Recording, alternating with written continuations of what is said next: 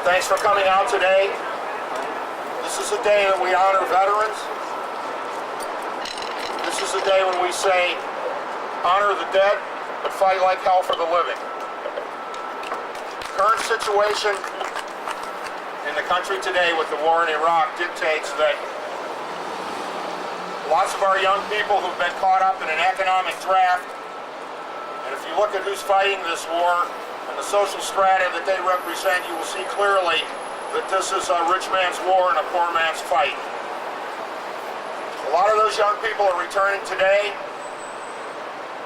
The treatment that they're receiving, being held in isolation, and the treatment they're receiving by the military is shameful. Is this how we honor our veterans? We're meeting here today in a location that is approximately where the Vietnam Veterans Memorial used to be. I say approximately because during the reconstruction of Wacker Drive, the Vietnam Veterans Memorial was removed, and it was never put back in place. In fact, does not exist any longer. We've heard various things from the Daley administration, one of which is they'd like to hide us down by the river. Well, we won't go into hiding, and we won't be hidden out of sight from the American public.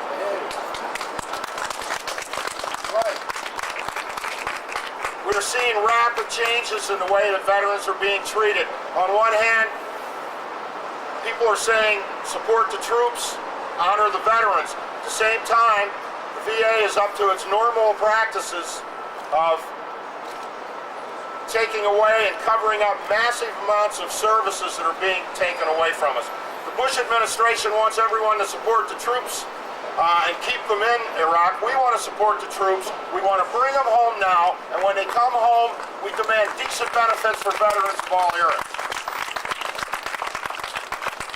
I'd like to introduce Peter Zastrow. Pete is a member of the Chicago chapter and a national coordinator of Vietnam Veterans Against the War. Pete is also has 2 children in the military today.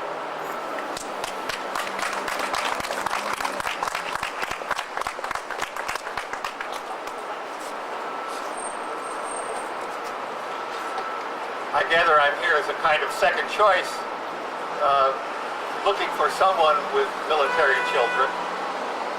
I have a child in the Army who just finished his advanced training, who will be home for a month and then is off to Korea, that kind of backwater where nobody even remembers that we have American troops. And as I think of it, 50 years after the end of the Korean War, I can't really figure out exactly why we have American troops there. But in any case, we do, and of all places for a young soldier to be sent, as his father, I'm most happy it's Korea instead of some of the alternatives. Years ago, I used to give speeches all the time about why we shouldn't be in Vietnam. And probably the most difficult single question that I was ever asked after one of these speeches would be the question from a Gold Star mother, meaning someone whose child had died in Vietnam. Did my son die in vain? Well, it's a tough question to answer, particularly when you're standing there looking at the mother of this child, and you know that the real answer is, yeah. All the reasons why your child was killed in Vietnam, and all the reasons why the U.S. military was in Vietnam at all, were all bad reasons. Now we're faced with a different kind of situation, where, again, American parents have to face the problem of their children dying in Iraq, or wives facing the problems of their husbands dying in Iraq, or children facing the fact that their father might die in Iraq. And I can hardly imagine how horrible it must be, morning after morning, to get up and listen to the news or watch the news on television and hear an American soldier has been killed today in an ambush. 5 Americans have been killed today in a grenade attack. Rockets have come into an American base, and 2 more Americans have died today. I can only imagine that any American parent listening to that says, I'm sure that was mine, and looks out the door and waits to see the people in uniform coming up the front walk to tell them that their son or daughter or husband or father was today's casualty in Iraq. The more I talk to fellow Vietnam veterans about Iraq, the more often I find phrases talking about either place that sound exactly the same. There was a time when it seemed to me at least the United States government knew what it was doing in Iraq. Now we seem to be wandering around in the great Iraqi desert with no direction and having no idea where to go. And so I guess my final message would only be that to support our troops in Iraq, to really support them, we don't need to send the candy and the cookies, or even, as one mother is doing, the air conditioners to our troops in Iraq. What we need to do is bring the troops home. Thank you.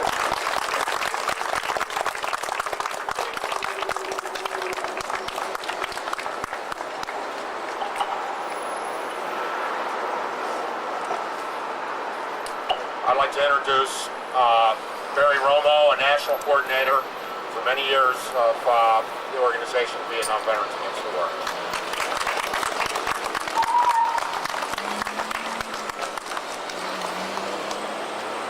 Well, hopefully we won't have a pro-war attack because the three signatories on the check bank are all here together, so they'd wipe us out our ability to spend the great amount of money we don't have. Speaking again in Chicago on Veterans Day, while we have troops overseas dying, is killing me. When we came back from Vietnam and said that we would fight against that war, we really did hope that the people and the government and the military learned something. And it seems that they've learned nothing. It's not that Saddam Hussein wasn't a piece of shit. The question is, what's going on there now worth the Iraqi lives or the American lives? Are they really better off? In a secular society beforehand, women could go to school and walk the streets, and now they have to cover their faces. It's not a step forward when women cannot be educated without the threat of rape and violence if they don't wear a veil. We went there because they had weapons of mass destruction, and in our paper, while the war was going on, we said they will find none, they have found none, they won't find any unless they plant something. In 1969, Nixon promised to get us out of Vietnam. In 1972, he signed an agreement. That agreement was almost totally and completely the same as the peace plan put forward by the Vietnamese in 1969. He won the election saying he had a plan to end the war, and then he said we had to keep fighting because the blood of our brothers had been shed and we couldn't let them die in vain. And 26,000 more Americans died. The wall in D.C. would have been half the size if we would have ended it in '69. You cannot throw good blood, after bad. It's terrible that the guys have died. It's terrible that 7 guys every day for every person that's killed is wounded. But we have to end it now. We have to bring the troops home, and we have to give them something decent. Right now,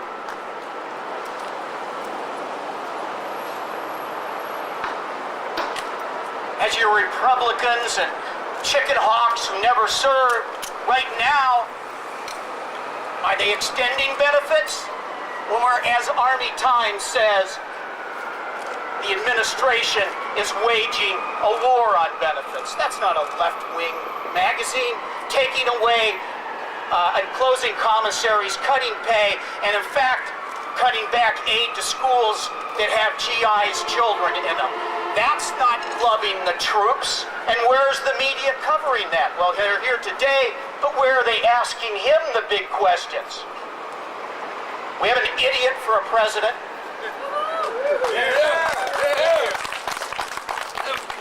During the Vietnam War, he used his connections to get out. He got in the Texas National Guard. He didn't attend meetings, which in my book, and I was a company commander, means he was a deserter. And while our troops were coming home, he landed on an aircraft carrier and made those troops late for seeing his family. And he was such a wonderful person that the toy companies came up with an action figure. And so now, as proof that lots of people don't care about real heroes and need the phony heroes, if you look, he doesn't have a real salute, it's like 2 fingers. And Americans are chunking down good bucks for these kind of dolls. A man who is a deserter, a man who has deserted vets and GIs today as they close hospitals in the city of Chicago. I'll show you what the real George Bush action figure.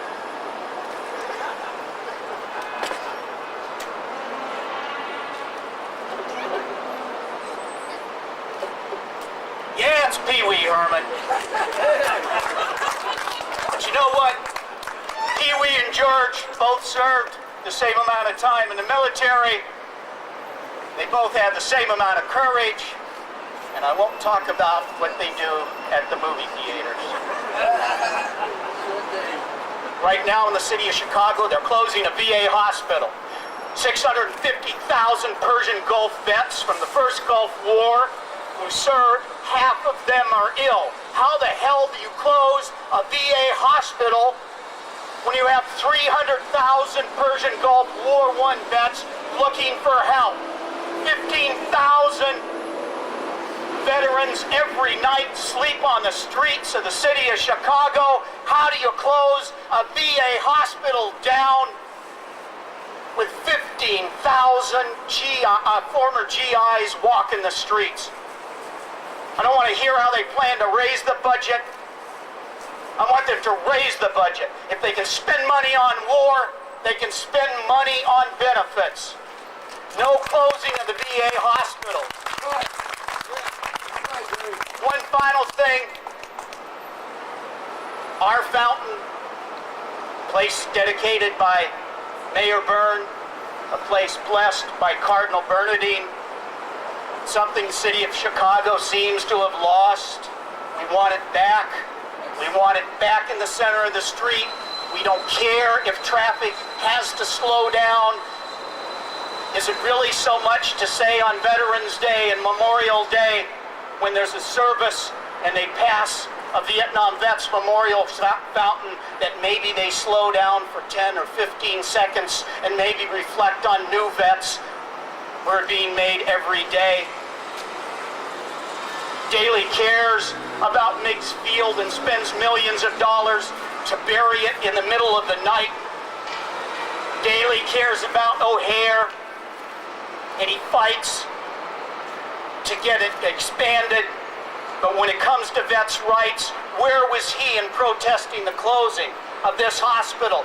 Where was he when the fountain was taken away? It's not his fountain. It's not his family's fountain. It's not his administration's fountain. That belongs to us. Put it back. That's it. Right.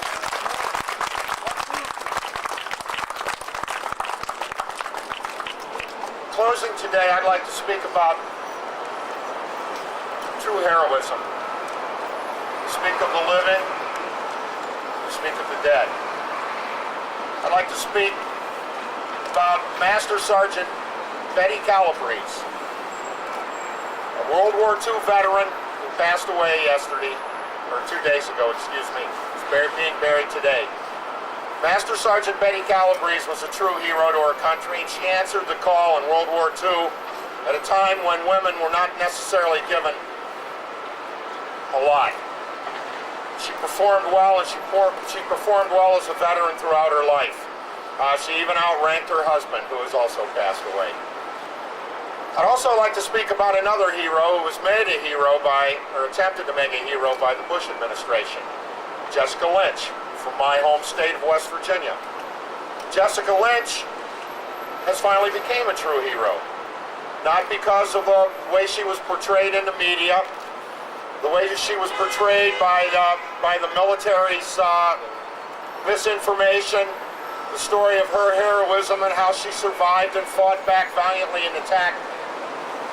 Jessica Lynch has become a hero because her and her family have repudiated the Bush administration, says that they feel that they've been used as a propaganda tool by the Bush administration, and also that she feels terrible about the way that people returning from Iraq are being treated. And she feels terrible about her fellow POWs who were captured at the same time, who were brought back with little or no fanfare, and whose treatment has been abhorrent.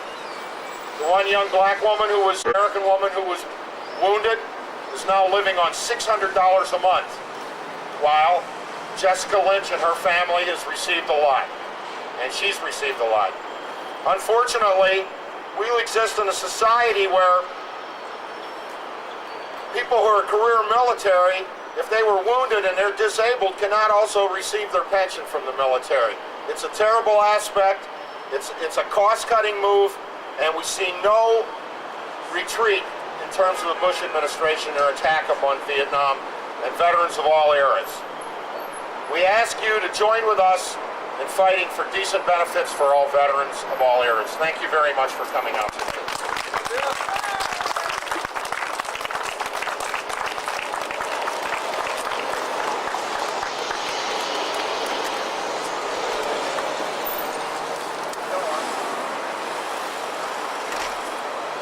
People are certainly welcome to come over to my place afterwards.